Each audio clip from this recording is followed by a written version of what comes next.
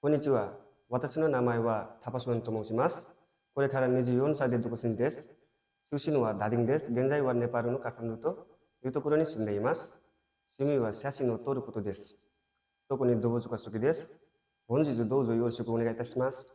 नमस्ते मेरो नाम चाहिँ सुजन थापा म चाहिँ यहाँ ब्रिज लाइफ कन्सल्टेन्सीबाट चाहिँ अध्ययनरत छु मेरो चाहिँ 7-8 वर्ष जति चाहिँ ग्याप थियो अनि मलाई चाहिँ यस्तो लाग्थ्यो कि 7-8 वर्ष ग्याप अनि त्यसपछि अहिलेको सिचुएसनमा हुँदैन कि जस्तो पनि लागिरहेको थियो अनि यहाँ आएर बुझ्दाखेरिमा चाहिँ म्यामहरूले हुन्छ गर भन्ने जस्तो कुरो गर्नुभयो अनि त्यसपछि मैले गरेँ गर्दाखेरिमा चाहिँ अहिले चाहिँ मेरो सिए पनि आयो अब भिजाको लागि वेट छ एक दिन बाँकी छ अब एक दिनमा चाहिँ भिजा लाग्न सक्छ तपाईँहरू पनि आइदिनु होला सपोर्टिभ हुनुहुन्छ उहाँहरू हामीले चाहिँ अब जापान जानको लागि चाहिँ धेरै नै मेहनत गर्नुपर्छ इन्टरभ्यूको लागि पनि धेरै नै मेहनत गर्नुपर्छ अब हामीसँग भाषा भएन भने इन्टरभ्यू फेल हुनसक्छ त्यसको कारणले गर्दाखेरि सिओ नआउन सक्छ अहिले चाहिँ धेरै नै अब 2025मा चाहिँ धेरै नै कडा छ त्यसको लागि चाहिँ धेरै नै पढ्नु होला हाम्रो यो ब्रिज लाइफ कन्सल्टेन्सीमा चाहिँ अध्ययन गरिदिनु होला आइदिनु होला एकचोटि हेरिदिनु होला सबै सपोर्टिभ हुनुहुन्छ